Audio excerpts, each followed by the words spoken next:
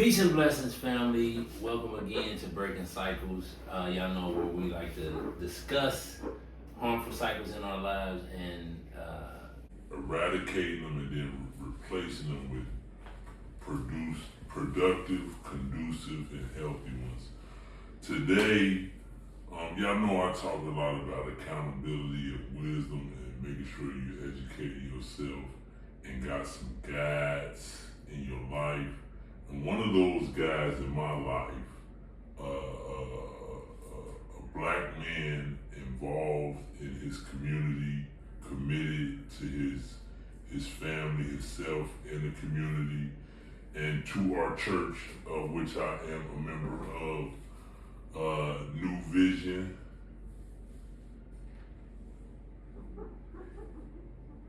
I would like to welcome the big, not the little. My pastor, Pastor Peter Matthews. Thank you for coming on here today. Yeah, man, I am humbled by the opportunity. I'm humbled to be on your set. In my heart and in my mind, but most importantly in my spirit, I think you are one of the evolving giants, not only in our culture but in our city. And so to be a part of this conversation, which sits at the intersection of everything we hold dear, all thanks and praises to God for the opportunity. Indeed. And so the genesis of our relationship came when I first visited New Vision, and I was immediately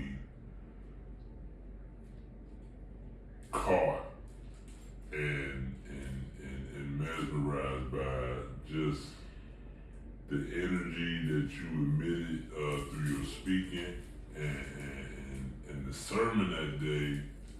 It spoke to my soul, and so I knew I wanted to join. And since then, you have been, for me, a mentor, to say the least, a voice in the turmoil, whether it's been my marriage or just me going through personal stuff. You have been there, and I stress the importance of having a network of men that you can look up to, emulate, and talk to, so that you're not out here by yourself. Everything got to be by committee. Yeah, I took off my prayer beads. I just got back from Seoul, Korea, and I got these prayer beads from a Buddhist bookstore. And I took them off because every time someone starts to shower me with praise or affirmation, we'll talk about the cycles of generation. I get very nervous, quite honestly, and I start just kind of fidgeting with my prayer beads as a way to center me and make sure that God gets the credit and the glory for everything. So, amen to I that. appreciate you. Amen to that. So, as a pastor who has, committed to a life's work of bringing people into the spirituality and the knowledge of Jesus Christ and the Most High, what are some of the biggest goals that you've had to tackle being in this space of your life, and that space of leadership, and that space of cloth divinity? What are some of the biggest cycles you had to? Yeah, that's a great question. I've never had that one posed to me. I think the biggest tackle that I continue to think about on a daily basis is how I can get the hell out of the way.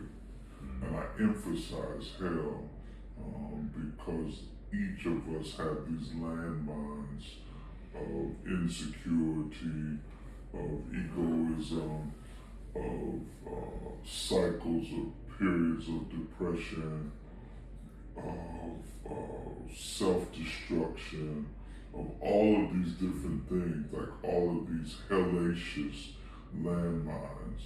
And for me, is to create practices that God gets all of the credit all of the time. When you think about the cycles, I am both, I don't think I've ever told you this, I am both the son and the father of bipolar African American men. So to be caught in the middle of that is a story on its own. So you talk about having to break a cycle and then see one emerge all over again. Sometimes I run into the fire as a place to hide because the reality of which I live is much too cold. No, that's deep because, like you said, a cycle revisited, and everything is cyclical, which is where this came about, and I correlate that directly to, John 3:16. Yeah. Every day you get another opportunity to change that cycle or to mend that relationship or to learn that new thing or to explore yourself more. And so here I'm often talking to young black men, but I ultimately want to talk to our posterity in general to make sure that they got a reference point and to know that they're not alone and it is not just them that's going through these things. So you came back to the city after a life, a life of traveling. What has traveling in and out of environments done to your resolve in moving forward? So, it's a great question again. You're on a roll, my man. Let me think of it this way, and I won't be too much of a theologian, but I'll try to explain my theology as a Methodist pastor.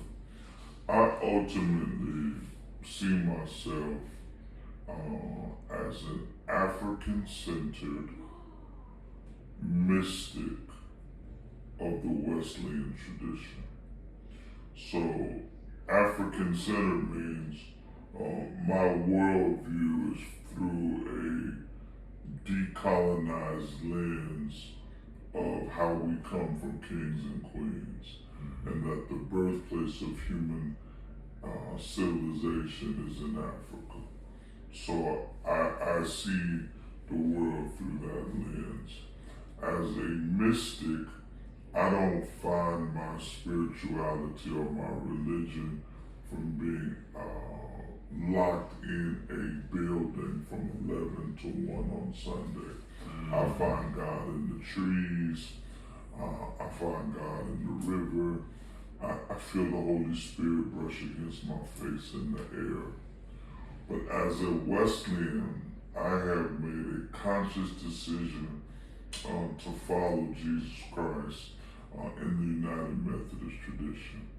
And the thing that's important for me being Methodist is not just the fact that we have affiliated with 12 historically black colleges and universities, or that 15% of what we do is on the continent of Africa, but it's the concept of grace, and this would be helpful for our conversation.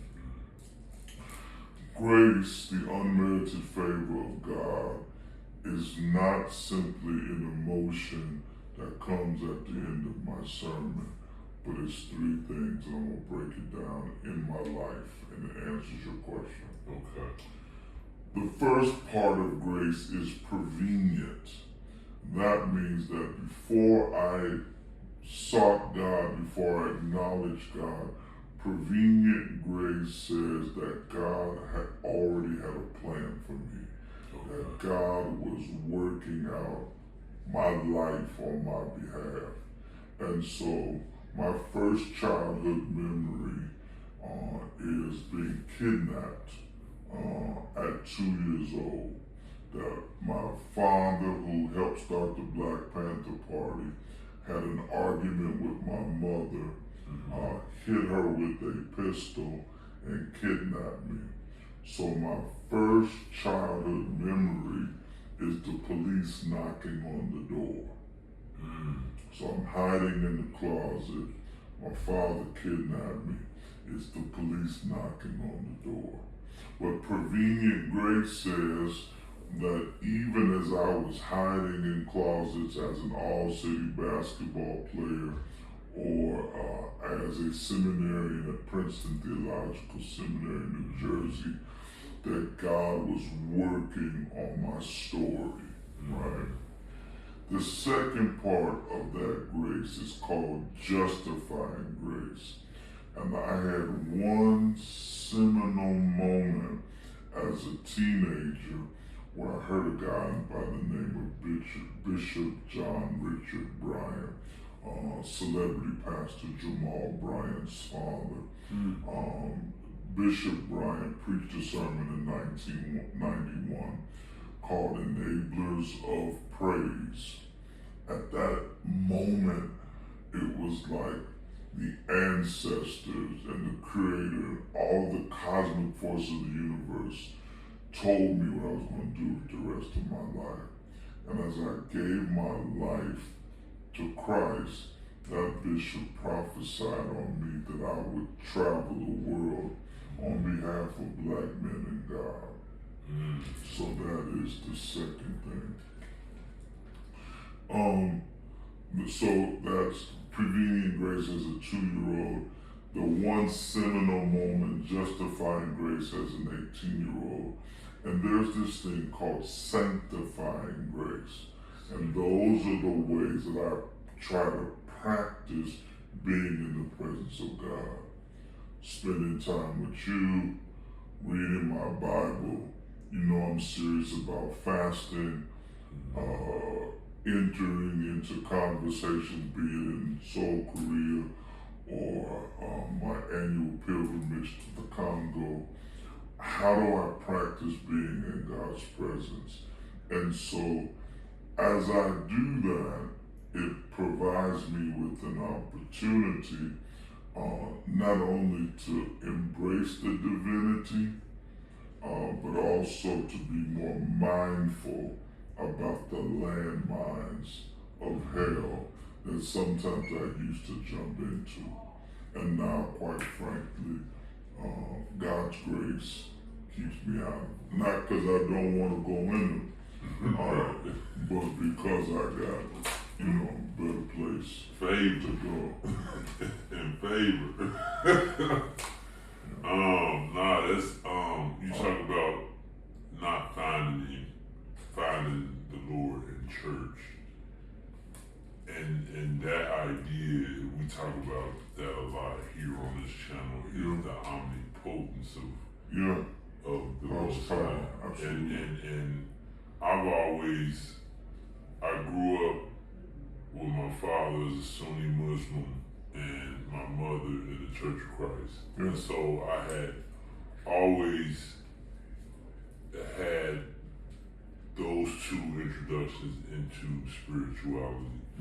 And so, to your point, now I'm able to know that I needed both of those perspectives and both of those introductions so that I can be where I'm at now and to set the stage for where the Most High want me to go next. Absolutely. But you talked about being a hoop star. and shout out Princeton. But I wanted to visit that because in speaking to young black men. No question. And my, one thing that I'll talk about and laugh about is, if somebody offered me to be a general manager or president of basketball operations, I might be ghost. Like, I have a passion for basketball. I was the all-time leading scorer at Seven Hills High School, all-city, played Division III till my knee gave out, all the things. I verified with the coach. This is all facts. And I can still get him in horse. He ain't tell you that. Horse. Not one-on-one, full court. Look, horse. Not one-on-one. But nah, yeah. Yeah, but no.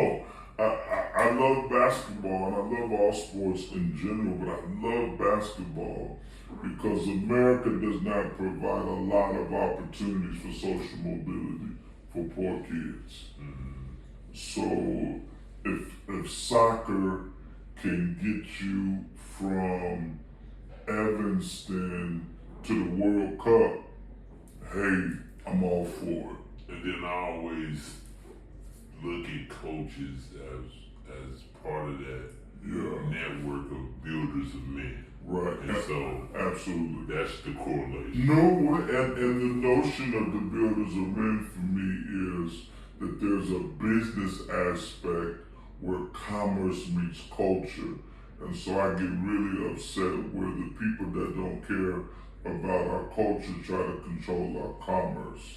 And so we see that again and again in professional sports. And one of my most spectacular failures is when I tried to buy a basketball franchise. So I'll tell you about that one time. I was this close.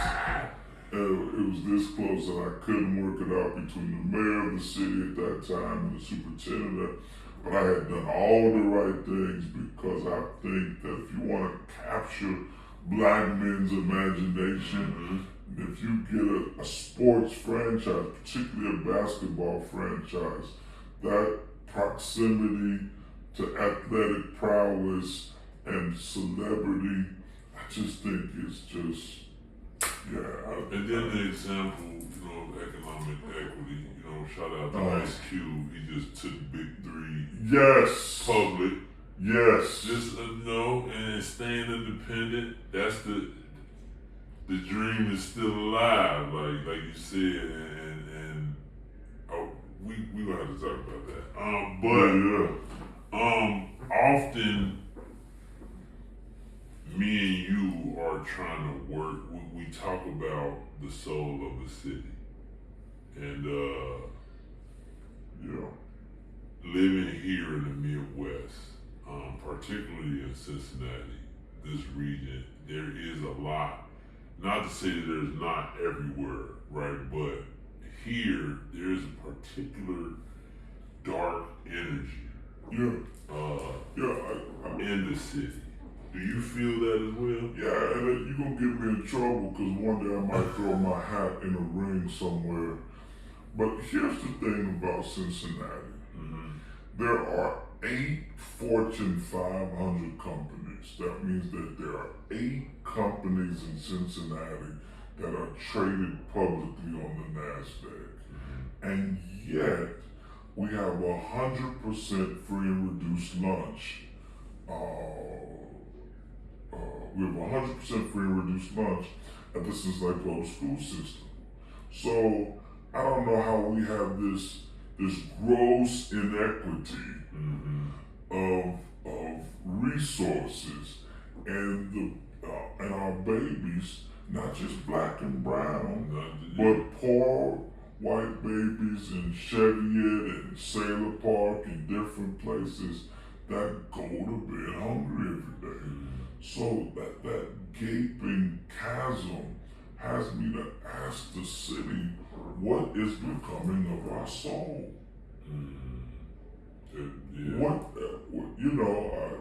We dress up our religion in the red, white, blue. Tomorrow, this nation will be having celebratory measures of the 250th anniversary of their enslavement of your and my ancestors. I wrote a poem for this, y'all. Okay. He didn't know I was a poet and didn't know it. Nah, I did that But I'm about to show it. You understand? You understand? Yeah. It's called America 250, the remix. Okay. They taught us to sing, this land is your land, this land is my land. But maybe it's time to sing a fuller verse. This land was built by you and me. By native peoples who first called it home, by Africans brought here in chains whose labor and faith helped build a nation, by Mexicans, Asians, Haitians, Africans, and immigrants from every corner of this world whose work continues to shape our collective future. By factory and farmer workers, by teachers and soldiers, by builders and dreamers. Some came by choice, some came by force, some are already here, but they built this nation together. Yeah, so let's celebrate 250 years, but never forget this land was built by you and me. Nah, cause y'all know how I feel about this particular era that we're in, where we see administration and by default a Congress that has completely erased decades of work from our ancestors who put their lives on the line, their livelihoods on the line, and what we see now is a complete attempt to erase our identity. Absolutely, and I think that, shout out, I'm giving you a preview of Sunday's sermon. I just started this therapy called contrast therapy, where you sit in the sauna for 25 to 30 minutes, and then you get into a cold plunge for 3 to 5 minutes. Hey, you know about Sweat House? Not Sweat House, it's called contrast. Okay. It's probably a white version of what you go to. Yeah, they got the ice bath, the infrared. It's infrared, and then they got a shower that's It's nice. But I sit in the tub instead of the shower. My sister was talking about that shower, but I sit in the tub. So, but I'm saying, but the contrast, the therapy is just like America. How hot can you take it, and how cold do you want to make it? You know what I mean? Ooh, I like that. And so when you talk about the cycles and the generational curses and things that come up against this nation, you would reimagine the Civil War and say they lost the battle, but they're winning the war. Right? And so when we talk about not just breaking my own individual cycle, or how can I be present to my sons or my grandson or granddaughter is not debilitated by something such as a mental acuity or an illness, as we would say, but also what, as a African-centered man who loves Jesus, how can we begin systems that push back against this hell that's coming in our way faster and faster every day? as I always say, yeah, I know, I say, I think one of the biggest mistakes the country has made in the history is dealing with the Confederacy, letting them go and do. I think we needed to address that then and there. The only thing that happened is they just went and grew families and grew an energy to work. Like you said, now they done pop back out. Well, and the Union had the Confederacy. Well, the Union had the Confederacy mindset, right? Yeah. Lincoln didn't, Lincoln freed the slaves because they were losing the war. He didn't free them because he was the emancipator. Yeah. He wasn't feeling freedom for us. Yeah. Lincoln was an emancipator of the war at that time because it served his economic interests, right? As the world was beginning to pay attention to these brutes, they weren't talking about the darker skinned people. They were talking about the vestiges of those people who came over to this country. You are souring the French reputation. You are souring the English reputation. You got to do something about that. So Lincoln was emerging as a globalist because he was getting found out that they were just as racist as Philadelphia as they were in Mississippi. So they had to do something. Yeah, the North got a pretty picture painted about it. But industrialism really was the only reason, not something like deep down in a moral compass. No pushing them. And let's be clear. And Muhammad Ali says all the time, ain't no Viet Cong ever called me nigga. Ever. And they wanted, and shout out to the GOAT, to the greatest of all time. And another point that is important for me as a father of four is, my biggest fear is one day they grow up and they all grow and they ask me, well, what the hell was you doing?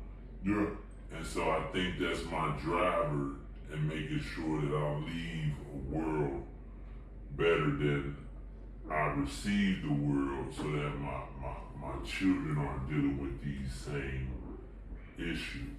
When you were talking just now about your mother and your father, and you were juxtaposing their religious backgrounds, what came into my mind was daily discipline and devotion. To embrace your father's discipline of his Muslim life and his spirit, and your mother's devotion to her church at that period of time. If you could do those things daily, you would begin to unearth a new season of harvest for your family. And people like me would begin to, give you the infrastructure that you need to do what you need to do. But you gotta do it daily. You gotta have that discipline. You gotta show it that devotion. And that devotion, if you think about your mother or our mothers, it was a devotion, had nothing to do with our feelings. It was a disciplined devotion that was doing the right thing, even if you didn't feel like you needed to do the right thing.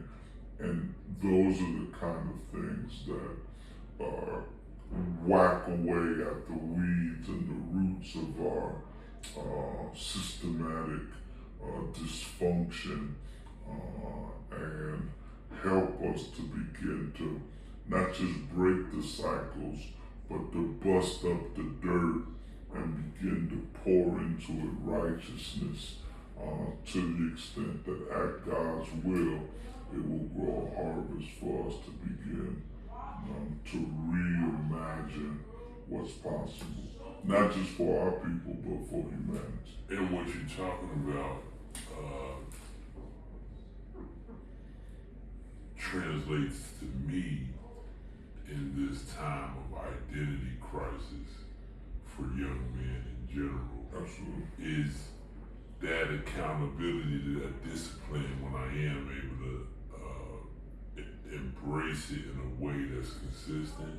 It feeds my identity and give confidence to the goals that I see in my mind. I always say to my younger brothers, our superpower, our the gift that God given us was the ability to bring the things in our mind out into fruition. And so the more that you introspect and do that shadow work, as they say these days, consistency and accountability is two of the words that I always come back to. And having men in your life that will hold you accountable is paramount to us moving forward as a community. So,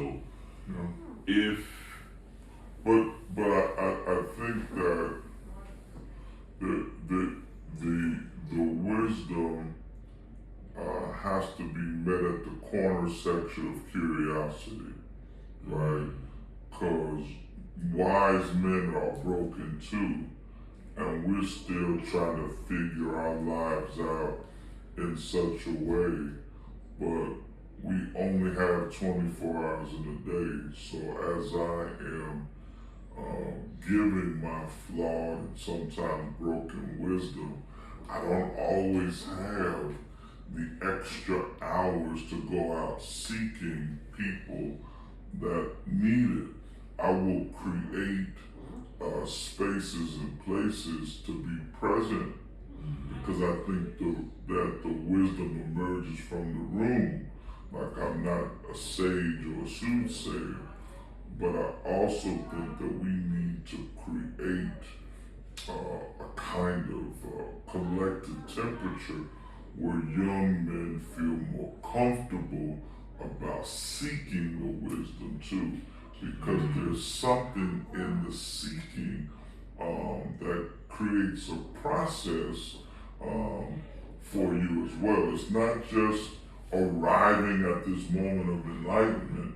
Man, it's sweating, it's, feeling that little nervous energy inside. It's getting to hear the voice of the trusted person on the phone, and it's honoring that time, right? And when people honor my time, man, I'm willing to move mountains. You know how I feel about you. If you honor I'm not asking you to gaslight me. If you honor my time, I'll pick this house up. I will move mountains for people to do that. But when you start feeling taken advantage, then it starts to be, it's not transformative anymore, it's transactional.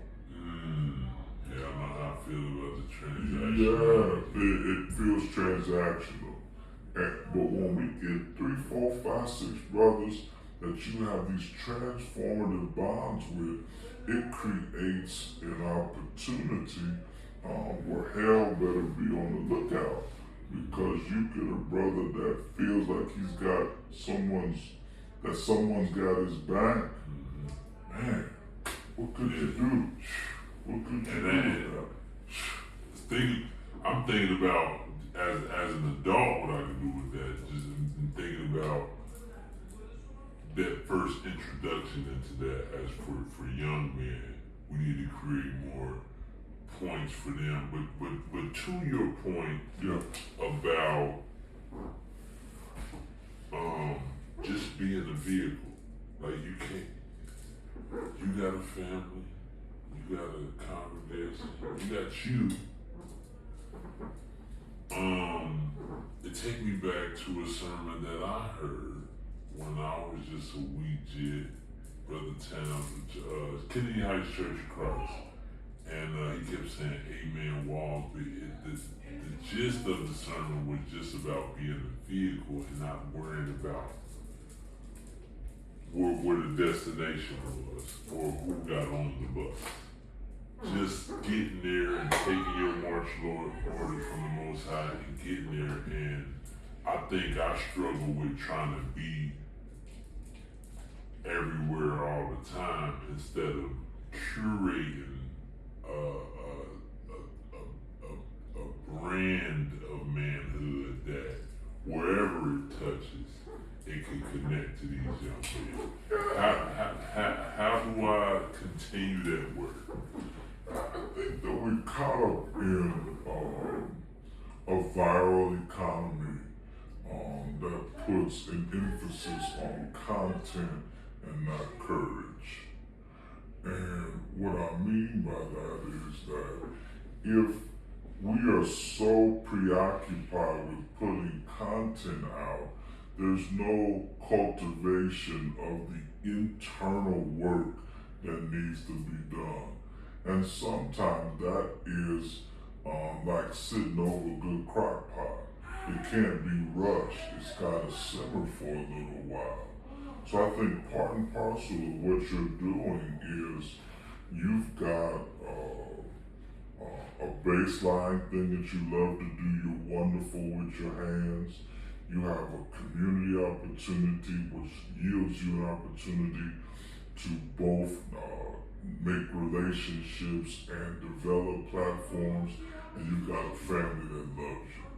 So now you've got to ask yourself, how can those three things be intermingled and integrated with one another in a 15-hour workday? I said 15 hours because you got 5 more hours of work in you than I do a day, right? So how do I do that? Well, when I was in Korea, what I learned, which still has blown my mind, is that the Christian church in Seoul, Korea, they wake up at 5:30 to be at prayer. So they're at prayer at 5:30, which means they're up at 4:45 to get to 5:30 prayer. But if you're up at 5:30, you're extending your day. And if you extend your day, you do that soul work in the morning, and then you're able to, and this is what Henry Nouwen says, you're able to choose joy. Joy is not just a byproduct of something that comes into your life or you had a good day. No, that's happiness. If you get up with the cultivation, you plant the things in your mind and your heart and your soul, you wake up choosing joy. And joy releases enough endorphins that give you the kind of courage to make the kind of righteous decisions you need. But you need time to do that. That reminded me of one of my favorite philosophers, Bruce Lee, when they asked him, how do you find peace? And he said, you don't find it, you choose it. You choose about what you let bother you, what you respond to, and for me, when I don't wake up and get that 5:30 gym in, the difference is night and day. It's night and day. Shout out to a guy named John Nelson. John Nelson is the COO right now at Jobs and Family Services in Hamilton County. I met with him yesterday, and he gave me a Bruce Lee pen. He just got back from overseas. He gave me a Bruce Lee pen yesterday. That's what's up. So I'm just nothing is arbitrary. No. Right. So what I'm saying is the notion of the Bruce Lee we're talking about is Bruce Lee's discipline to the craft. Right. So whatever you do, you got a number of things that it's a craft. And if you consider it not simply a business but an art, and that artist thing comes and it moves and you break those cycles. Pablo Picasso says inspiration is real, but you must find it while working. And Albert Einstein said, genius is 1% inspiration and 99% perspiration. You gotta do the work. You gotta do the work day in, day out, gotta be consistent. I'm talking to me and you. Yeah, no, I think so, and I don't wanna, I wanna rewind, cause so,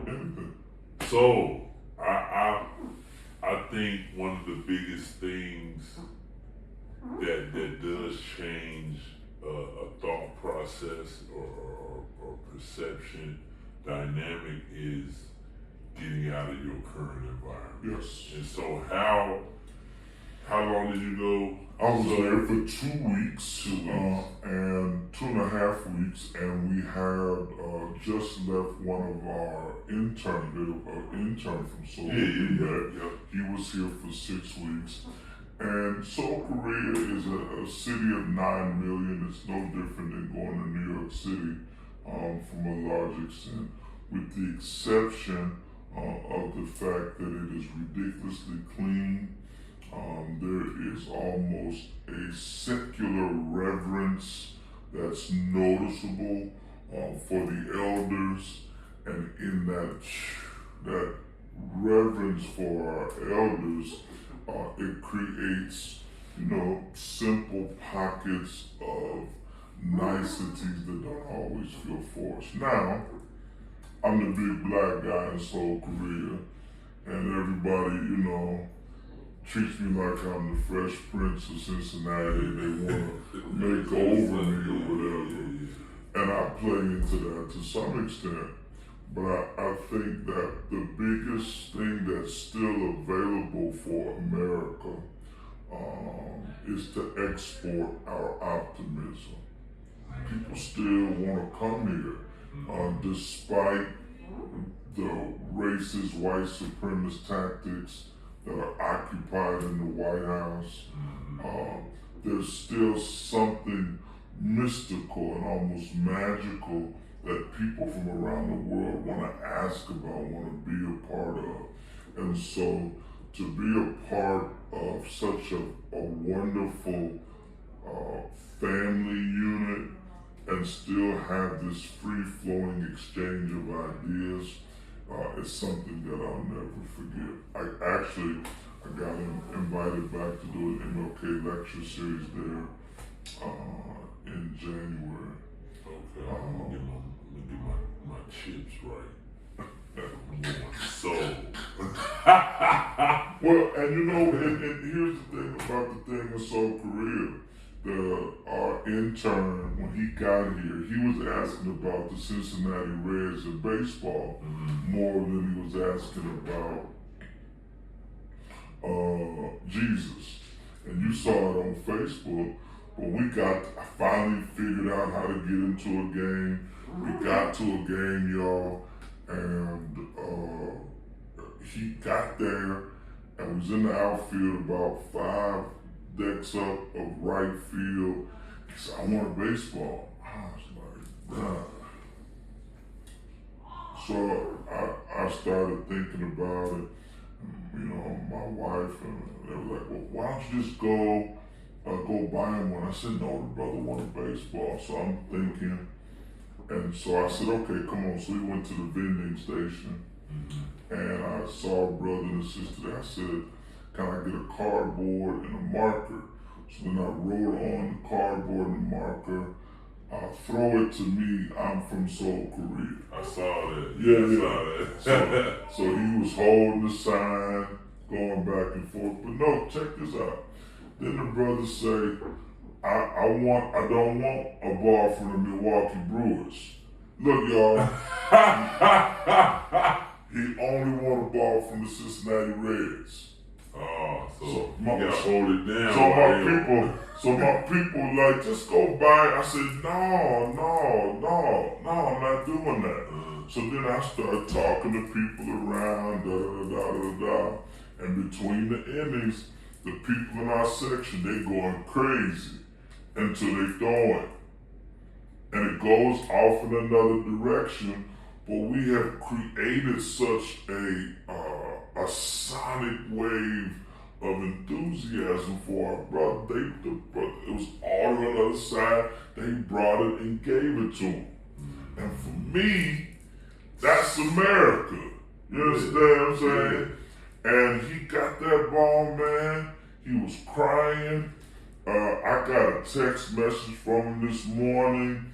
He said he was crying because he still don't know where to put the ball. He's a grown man sticking with baseball because we put the work in to create those kind of opportunities. And for me, that is what I want to do every day in my pasture. What I want to do every day in my life. Because I don't want any person, be it Project Connect with CPS, where 10,000 kids in this city are homeless, where it be Kids for Kindness, where they don't have basic utilities or essentials with Jobs and Family Services. I want New Vision United Methodist Church, and I want you to be recognized that we go out of our way to provide opportunities of joy. If you get just an opportunity, man, you're gonna hold on to that, and that's the thing that spread like wow. Yeah, and that's the thing that defines your life. So he's testing me, and that's kind of the thing that he defined his life. And for me, as long as I've been to this day, I still try to create opportunities for people to experience that. That's how I feel about when I'm with you or anybody else. Now, it don't always come back the way I think it ought to. Right, and that ain't up there. No. That part ain't. That's the game. You know what I'm saying? It's not a game, y'all. I'm not calling it a game, but that's the game. So that's a good segue into fatherhood, as we fathers. And my biggest, stressor is that, I'm always thinking about how to equally divide myself and be present. And it's impossible. But for all of them equally. But all of them have different needs. And so I'm constantly chasing a perfection in fatherhood that doesn't exist. How do I transform that healthy fear into consistent action? I think you said it. I think I go back to the 5:30 prayer. Is because there's a Howard Thurman and Henry Nouwen say this together. If you wake up feeling that you are the beloved child of God, then anything is possible. And let me say it this way. I didn't always come from steak. I grew up in Bar Hill, Powder Hills area, and my mother could only afford cube steak. Cube steak, y'all too young to know about this. It only tasted good if you couldn't even see the piece of meat. It was drowning in the gravy. The beloved child of God says, when I wake up and I feel like I'm drowning in God's love, then I always have enough time. I always have enough time. And so even if this one gets 30 minutes and this one gets 15, if I'm feeling the beloved of God in my soul, there's this thing, look it up, y'all, it's called heart math. And the heart math locks in, and your child feels like you just gave them all the time in the world. You got just enough time. Yeah, but you gotta feel that way. Because our babies recognize when something's not going wrong with you. They ever more observant. Yeah, ain't no question. No question. Just like, you know how I feel about my dog. I got a great pit. And my pit knows if something ain't right with me, he knows that. Said, hey, what's he knows that. And so we have to continue to work on ourselves in such a way that we present to the world are not perfection, but we damn sure want to be authentic. 'Cause that's all I'll say. They emulate most things that I do. Absolutely, And, absolutely. I'm trying. And what they don't do. And what you Yeah, don't do. yeah, because even when you don't think they're looking, they're absolutely looking. And so when you say, how do you split the time up or how do you be available, they see you taking care of yourself and your significant other, then they begin to say, these are the things that are most important. Now, for me, I had lived such a broken existence early in my vocational and professional life that I did not give my sons what they needed. And I still regret that to this day. I try to make up for it. I think I'm doing a better job, particularly with my grandson. But you gotta know that this guy Shanti Das, I think it's a Buddhist philosopher, says the best thing I can do for you is work on me.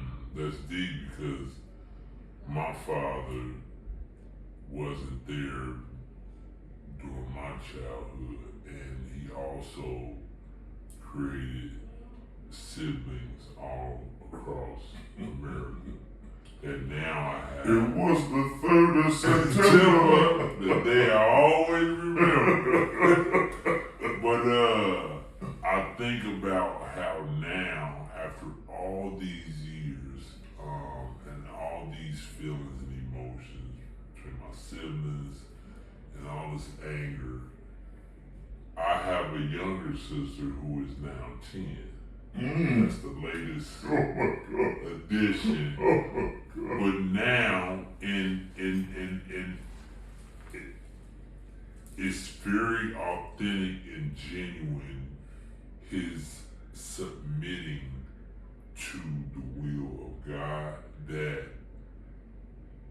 I no longer have to question, because I'm able to see through action. He a good talker. He probably could have been a preacher. He a good talker, because I'm a good talker, and I think sometimes you get to talking cryptic enough, you know what I'm saying? But I was able to start to notice that what he wasn't for us, he now is for my little sister, and for me, that means everything, and it also means, to your earlier point, that it's a rhyme and a reason for all of the trauma and all of the hate and all of the anger, if you paying attention to what the Most High is trying to show you. Because I do think we get signs all the time. I just think we, a lot of times, distracted and cannot pinpoint where God is answering our prayers or trying to speak to us through situations. So I'm in a space where we made up 5 or 6 years ago because I thought that my emotions was less important than their access to their roots. Certain things I couldn't learn about myself until I started talking to my father. Fortunately, it's a prototype that I can go reference. And we different, but there's a lot of similarities, and I'm also noticing that with my son. So as I continue to try to make sure that form is open, I do sometimes get those emotions back. But I wanted to talk to you about emotional intelligence, because that's one of the biggest topics on this channel, is emotional intelligence, and how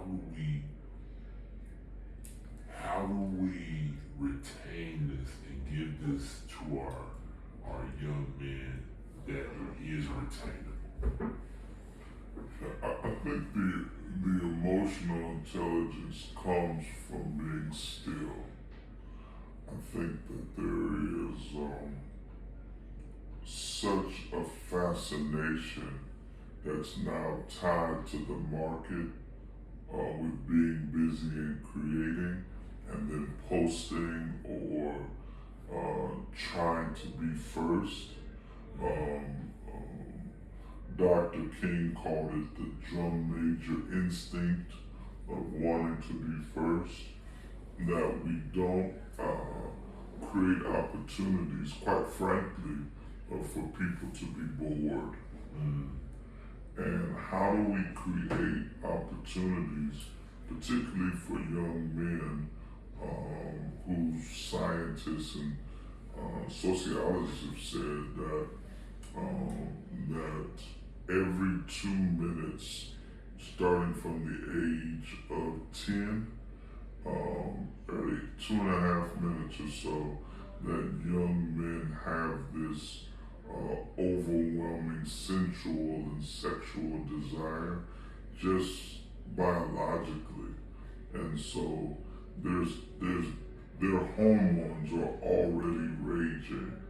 And so we have to begin to teach them how to sit with those hormones in such a way that you don't act on it. And so part of it is learning how to be still, and the collective gathering of the wisdom that comes as a response to that. We don't do that very well. And as a result, we find ourselves in constant entertainment mode. And within the entertainment does not justify its existence anymore, then we try to commodify our entertainment, right? It's no longer enough to be a good shot putter or a javelin thrower. You gotta get an NIL deal. Now you gotta go to the Olympics. Now you got, it's over. Yeah. And in that process, the emotional intelligence gets lost because you're externally focused and not internally focused. But in places like Korea and Africa and in different places around the world, that does not put such does that define one's existence or one's manhood by how much money they make. We find that there are other currencies, like integrity is a currency, commitment is a currency, a love is a currency. And those things that are the byproducts of an emotional intelligence, you can only get when you're still. Right? What I'm always telling you, slow down. It's not that I know that you don't have all these responsibilities and all these things you need to do, and I'm talking to myself too. But if you want to harness that emotional intelligence and the wisdom from people like Imhotep and the wisdom of John Henry Clark or the wisdom of James Baldwin, the only way you do that is to slow down. Now they tricking us and saying, do it on AI. You know what I mean? Yeah, you know what I'm saying? And so the proverbial they is not white or black. It is the machine that tricks you to think that your worth is designed by what you do. We are human beings, not human doings. And we're far removed from that natural state of who we are. It makes you nervous, doesn't it, when you have to slow down? You do. Yeah, and I'm talking about for me too. Like sometimes, but they're watching. Yeah, I don't want to give this mechanism off. Get some board games. Yeah, but I'm not. I know some other people that develop relational intelligence. That when you come in my house, I'm wish we had done that is when you come in the house, those phones go in the drawer. What we didn't understand in the early 2000s is that our sons were up late at night texting, but we didn't know nothing about these cell phones in the early 2000s. So they was texting, each other, and they was up all night, and subsequently up all night. You sleep during the day. And I'm saying that when they come in the house, great. We see you now. Yeah, nothing's more important than what's going on in here. And that's when you do that. You start developing rituals. Process. Yeah. You start cooking with people. You start reading ingredients. All of those things start because you decided to slow down. And that's where the harnessing. But you can't harness emotional intelligence that hasn't been cultivated. You're trying to pick from a garden where ain't no flowers been planted. Right? You gotta plant something in order to harvest it. So I balance and discipline. I always tell the young men, the reason why they spend $1 trillion to keep you misinformed and busy and just active is because a disciplined, a self-loving, self-knowing, disciplined you is the most dangerous thing to their system. And I'm trying to continue to be a vehicle for the Most High to use with me as I'm supposed to be used. And I think that it's the shadow economies that oftentimes don't get noticed. You've seen me around all kind of influential and powerful people, and it's like I hate that I have to not dumb down myself sometimes being around people, but I definitely feel like I have to make sure that I don't share everything with everybody because it has not yet manifested.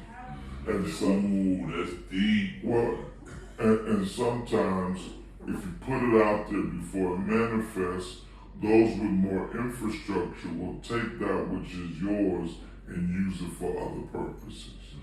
So you gotta build that personal infrastructure, that familial, that family infrastructure, that work infrastructure by which your dreams and your destiny meet head on. So, in being Am I making sense? Yes. Okay. Yes, very much so. In striving to create and sustain a soul of the city, how important is it to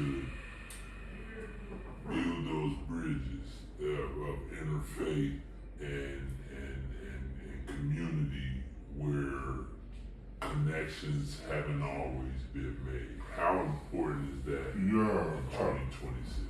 I think that I could go ahead and announce it. We'll talk about it a little later. I'd like to come back on and talk about it a little more. For sure, part 2 loaded.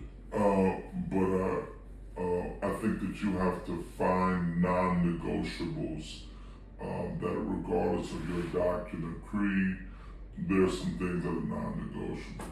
Every child needs to be fed. Non-negotiable, right?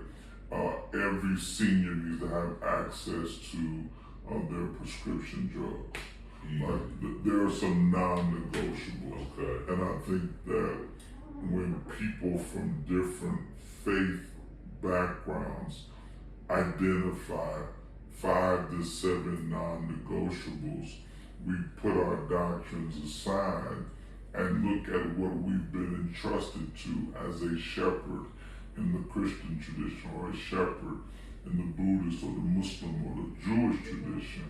And then we say, hey, here are some non-negotiables. As shepherds, how can we turn our attention to begin to push up against these realities so we can begin to tell a new story about a new soul for the city. And make those non-negotiables just everyday life. And absolutely, and those non-negotiables, when we get together from our different beliefs, they become covenant. Covenant. Ooh. Right? But a covenant is not just a piece of paper. A covenant is an agreed set of agendas of which people from different backgrounds say, I can get on board with that. I'm going to marshal my resources and my relationships to push against that. And so we're going to talk about a little later how we're coming together in a big way across religions, because I think the time is far past for us to think about building a bigger and better church. Based on the economic realities of Cincinnati, that don't even make no sense anymore. Nobody can afford it. Nobody is affordability, even though it's not a real thing, according to the Nobody can it's a afford real it. thing. Yeah, nobody can afford it. And so I'm laughing right now because you told me he was asking me about my phone 3 times, and y'all saw he just dropped his phone. Yeah, y'all know how it goes. Right when you don't want something to happen, it's gonna happen.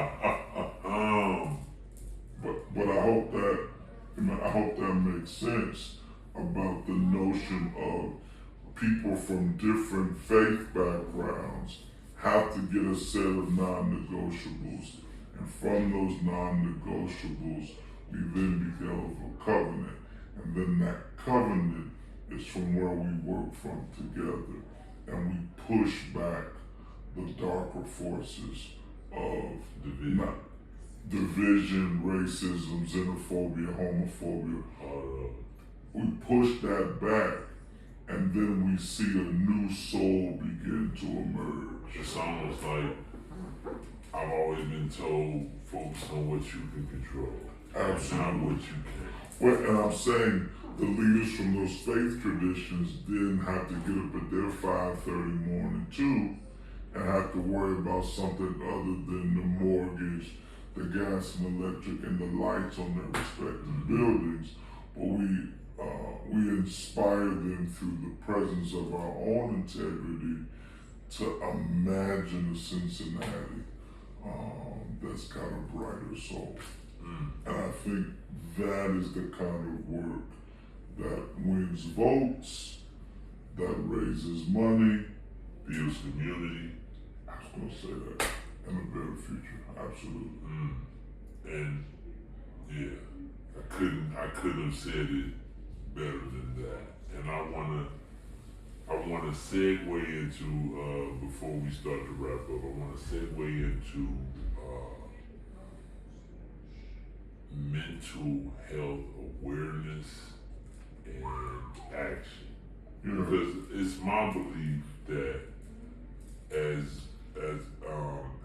stigmatized as mental health is, especially in our community, if a fraction of any of these budgets or resources was put towards addressing mental health awareness and health, subsequently you would see problems that exist start to solve themselves, because you're creating, like I said, a new city that prioritizes mental health. And I think without the resources and the data, and especially now erasing the data,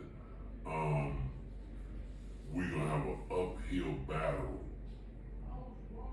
recognizing and executing plans to address this. What is from your perspective as a leader, as a pastor, tax board, nah, all these things, you know, it's all, it's not arbitrary. So how can we start to address that? Because what I'm running into is an unwillingness to trust. So, you know, I'm gonna talk in alliteration, not only because I do it on Sunday, but I think it's easier to remember. So let me kind of work off the dome a little bit. I think you have to understand that the purpose of some of this work is predicated by predators, corporate, religious, and otherwise, that don't want people to be whole. Right. That makes sense. Right. So as long as we're consumers at different corporations and different churches and different schools, we'll keep coming back for that same hit of that rock. So That would be crazy. yeah, and so part and parcel of it is to know that people don't, in very high places, that's both biblical and it's just a reality, don't want us to become together because that works against their best interests. And social engineering is at its highest mark rate. So having said that, one of the things that we do is really begin to be very purposeful about our partnerships. And so what you'll see the church is doing very soon is there are people in universities and graduate schools that local organizations need to partner with and give the people the practical hours that they need to get some free stuff. But that has to be the priorities of the people that know better. So the priorities of the people that know better have to seek out partnerships in their respective organizations and make mental health and counseling available for everybody. If you don't do that, then you're part of the problem. You part of Right. you tacit. But the other thing is, and I'm saying this to y'all, every Tuesday at 10:30, I'm on my therapist's couch. Me.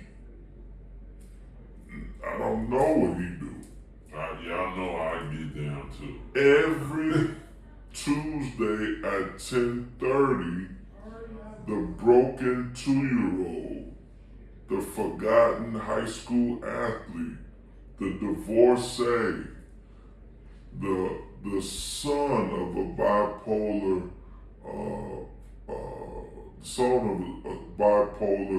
black nationalist, and the father of a wonderful son that has some mental difficulties now. I am in therapy, and so this is it's now July, but June was Men's Mental Health Awareness Month. And so we need more men saying, I'm on the couch. And when you say that with your chest, there is the notion of a wounded healer, that I am almost tragically broken, but in my brokenness, I'm available to heal other people. But I gotta admit where I'm at first. And so, you know, as a leader, I am being very purposeful with my partnerships, but I also make my own healing a priority. Yeah. And now, y'all know I'm sitting in therapy twice a month. And as a contractor, when I go in to be comfortable building, I need tools and I need the skills. And so when you commit to this, I'm about to get my organ therapy, preaching. I need the tools and the skills. tools and the skills, Touch your neighbor. and sometimes you need to go. That therapist will give you the tools and the skills. We don't know everything. We don't got everything. And I know I had a medical situation where it made me feel weak. It tarnished my confidence as the patriarch in my family, as the emerging patriarch in my family. This medical thing, it gave me fear. It made me think I wouldn't be able to provide and position my family in a way that is healthy for them. And I just had to be still, pray, and allow the family that my love has cultivated support and love me at the time that I needed. And I wanted to just reiterate and second that therapy brought me to a place where I was able to go and talk to that doctor. So not just the therapist. If it's something physical, you need to go see that physician. You need a primary care physician, and you need to be proactive about these things. Because had I waited more years, this could have been something that's fatal or more dangerous. So I just want to reiterate that, because therapy and making sure that you seeing your doctor regularly is a very important thing about your family. And motion is lotion. So I just real quick, until you get your insurance and everything worked out, you can't find free therapy. Go walk for 30 minutes a day. If you can't, if it's too cold outside, if it's raining, find a library or find a gym and go walk, because the endorphins will induce enough dopamine so you'll begin to feel better about yourself. If you stay all cocooned up, you don't give your wings a chance to grow and you can't fly. So motion is lotion. Motion is lotion. So right now, as we wrap, and we will be having a part 2, because there's a as big you all can announcement. see, It's a huge announcement coming that we want to talk to y'all about, and we need everybody to be a part of it from all religious backgrounds. It prioritizes our children, and I'm going to be like Obama in the opening of his center across this city in this county. I'm going to be campaigning for our young people. I was just about to give him the floor, but as you know, he gonna take the floor. But no, I'm gonna continue to aspire to be in your realm of influence and wisdom, as you have shown me to be through action to be a man committed to the will of God, and that's something that I want to emulate for myself and my family. I just want you to, one last time, because primarily this is for our young men, I want you to look in there and tell them, give them some inspiration in this world of crazy things happening and everything that's going on, whether it's gun violence, epidemic, youth, education being gutted. Give them some inspiration now, and go ahead. I'm just 1 Corinthians 2:9 says, eyes have not seen, nor have ears heard what God has in store for those that love him.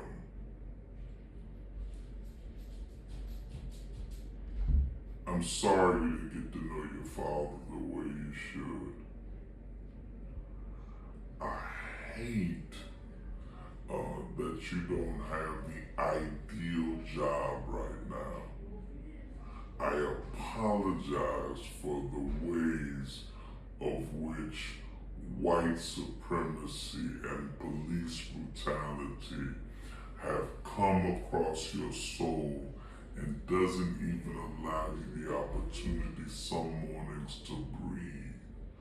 But I promise you, your best days are ahead of you. How do I know that? Because of after all the hell that I've created in my own life, God gave me him. And it is a reminder that you never know who you're influencing and impacting. And so right now, if you never know who you're influencing and impacting, I dare you to fire up your imagination. Dream big dreams. And try to dream in ways that don't have to simply be predicated on how much money you make. Instead, dream dreams that will change the way people breathe. Dream big dreams that will change the way people communicate. And I promise you, the God of Marcus Garvey and W.E.B. Du Bois and Imhotep and James Baldwin and Malcolm X and the father that you are about to become or have not yet embraced is waiting for you for such a time as this. I am in love with who you are not yet becoming. So when you see me, know that my arms are waiting to embrace not who you're gonna be, but who you already are. And together, this is the podcast that you're gonna walk hand in hand and be the best version of yourself, because we need you now more than ever. As we always say in the church, Facts. I love you and there's nothing you can do about it. There's nothing you can do about it. I appreciate Love you, you so much, big man. brother, Love you so my much. pastor. I just want to go on here, let him do a quick prayer. We're going to wrap this up. We're going to see y'all next episode. God, we just give you thanks and glory and honor for just assembling this space. We pray now that you would not only anoint this broadcast and this podcast, but you would anoint this man who has envisioned a way of which he can begin to cycle and not just monetize, but also enlarge his footprint to demonstrate that there are young men who are breaking the cycles. And so right now in your son's name, Jesus, continue to shower him and his wife and his children with the favor of not only excellence, but also of their example. I thank you for sending him our way and reminding him that in you, his best days are still yet to come. And so for everyone that's watching this, we plead not only the blood of Jesus on their life as they learn to forgive themselves, but we plead favor that they might walk into miracles that they have not even begun to imagine. In Jesus' name, amen. Amen. I thank you so much. That means a lot to me. I love you back. Yes, sir. We'll see y'all. Y'all keep breaking cycles, and don't stop being you.